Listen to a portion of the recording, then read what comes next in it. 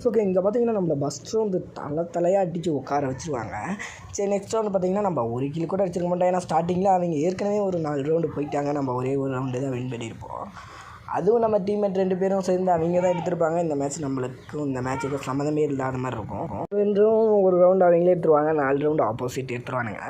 இந்த இடத்துல நம்ம டீம்மேட்டு ஃபுல்லாக நம்மளை கலாய்க்க ஆரம்பிச்சிருவானுங்க. மைக் ஆன் பண்ணி நம்மளை ஃபுல்லாக கலாய்ச்சிட்ருப்பாங்க.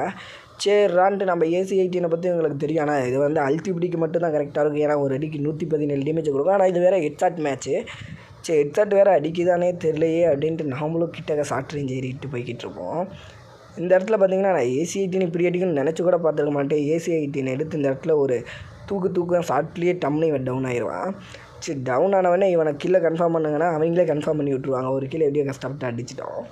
அதுக்கு முன்னால் நம்ம சேனலை முக்கால்வாசி பேர் வந்துட்டு சப்ஸ்கிரைப் பண்ணாமல் தான் பார்க்குறீங்க. அப்படி சப்ஸ்கிரைப் பண்ணலைன்னா சப்ஸ்கிரைப் பண்ணிடுங்க. இந்த வீடியோ பிடிச்சிருந்தால் மட்டும் ஒரு லைக்கை போட்டுருங்க. அப்புறம் இங்கே பார்த்தீங்கன்னா 2வது ஒருத்தருப்பா இவன் நம்மளுக்கு ஏற்கனவே அடித்து எமோட் வேறு போட்டிருப்பான். சரிரான்ட்டு இவனையும் போட்டுருவோம். இந்த இடத்துல பார்த்தீங்கன்னா நம்ம டீம்மேட் கிட்ட ஒரு டவுன் வச்சுருவானுங்க. டவுன் வச்சோன்னே திரும்பி அவனுக்கு தலையிலே அடிச்சிருவேன். மறக்காமல் சேனலை ஒரு சப்ஸ்கிரைப் பண்ணிக்கோங்க. பை கைஸ், நெக்ஸ்ட் வீடியோவில் பார்க்கலாம்.